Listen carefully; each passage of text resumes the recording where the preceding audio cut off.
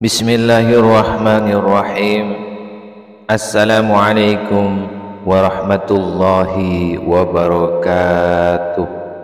Syukur alhamdulillah kita masih bisa berjumpa kembali di channel kajian Islam ini. Salawat dan salam semoga tetap tercurahkan kepada junjungan kita Nabi besar Muhammad sallallahu alaihi wasallam. Allahumma salli ala sayyidina Muhammad wa ala ali sayyidina wa maulana Muhammad. Harapan dan doa saya semoga saudaraku semuanya diberikan kesehatan, murah rezeki, diampuni segala dosanya, dan diberikan panjang umur yang barokah. Amin amin ya rabbal alamin. Sahabat beriman yang dirahmati Allah, dalam agama Islam, salat merupakan satu di antara bentuk ibadah kepada Allah Subhanahu wa taala. Setiap gerakan dan bacaan dalam salat memiliki makna mendalam. Satu di antara gerakan dalam salat adalah sujud terakhir. Sujud merupakan momen di mana kita berada dalam posisi yang paling rendah, penuh penghormatan dan khusyuk kepada Allah Subhanahu wa taala. Setelah sujud terakhir, ada bacaan doa yang bisa dipanjatkan oleh umat muslim. Doa tersebut merupakan bentuk pengharapan dan kerendahan diri kepada Allah Subhanahu wa taala. Doa setelah sujud terakhir adalah wadah untuk memohon ampunan, mengungkapkan keinginan dan merenungkan nikmatnya yang tak terhitung. Berikut bacaan doa setelah sujud terakhir beserta hukumnya. Hukum berdoa saat sujud terakhir. Sebelum membahas tentang bacaan doa setelah sujud terakhir, umat Islam harus mengetahui terlebih dahulu tentang hukum membaca doa saat sujud terakhir. Hukum berdoa saat sujud terakhir adalah sah atau boleh dilakukan. Namun hal ini ada ketentuan yang harus diketahui oleh setiap umat Islam. Ketentuan-ketentuan tersebut antaranya adalah sebagai berikut.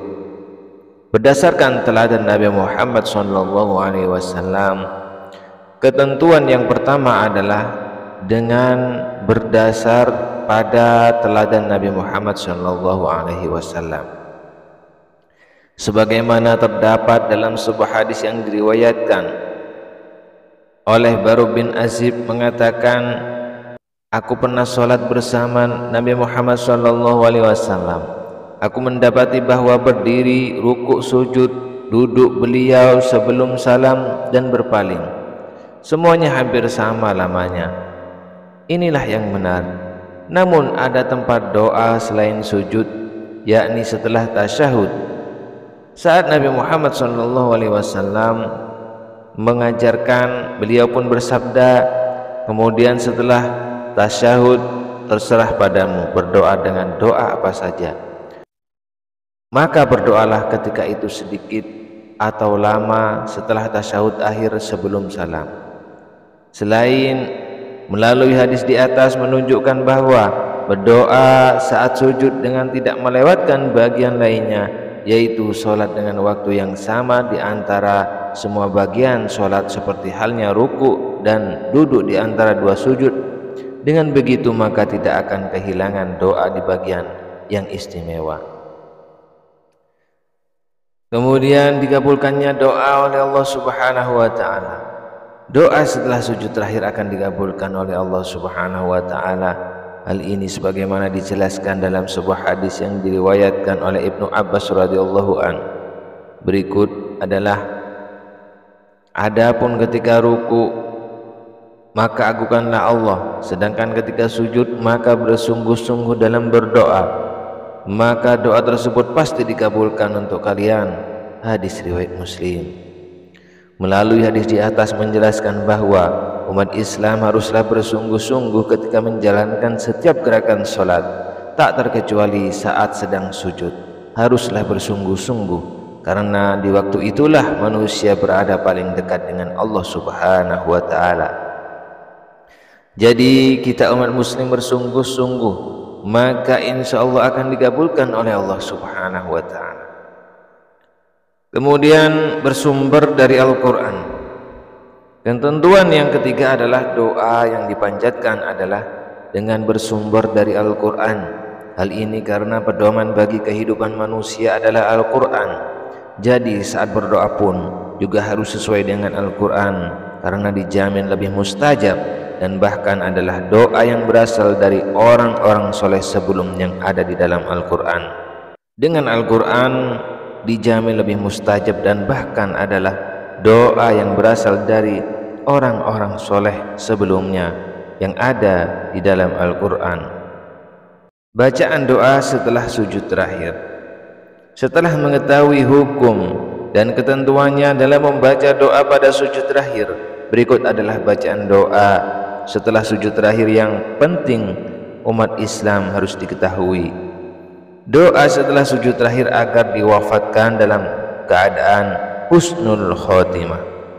Saat melakukan sujud terakhir, maka berikut adalah bacaan doa setelah sujud terakhir agar diwafatkan dalam kondisi yang husnul khotimah.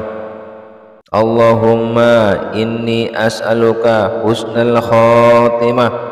Ya Allah, aku meminta kepadamu husnul khotimah. Kemudian doa setelah sujud terakhir agar diberikan kesempatan taubat sebelum wafat. Inilah doanya. Allahumma rzuqni taubatan nasuha qabla al-maut. Ya Allah, berilah aku rezeki taubat nasuha atau sebenar-benarnya taubat sebelum wafat. Kemudian doa setelah sujud terakhir agar hati ditetapkan di atas agamanya. Allahumma ya muqallibal qulub tsabbit qalbi ala dinik.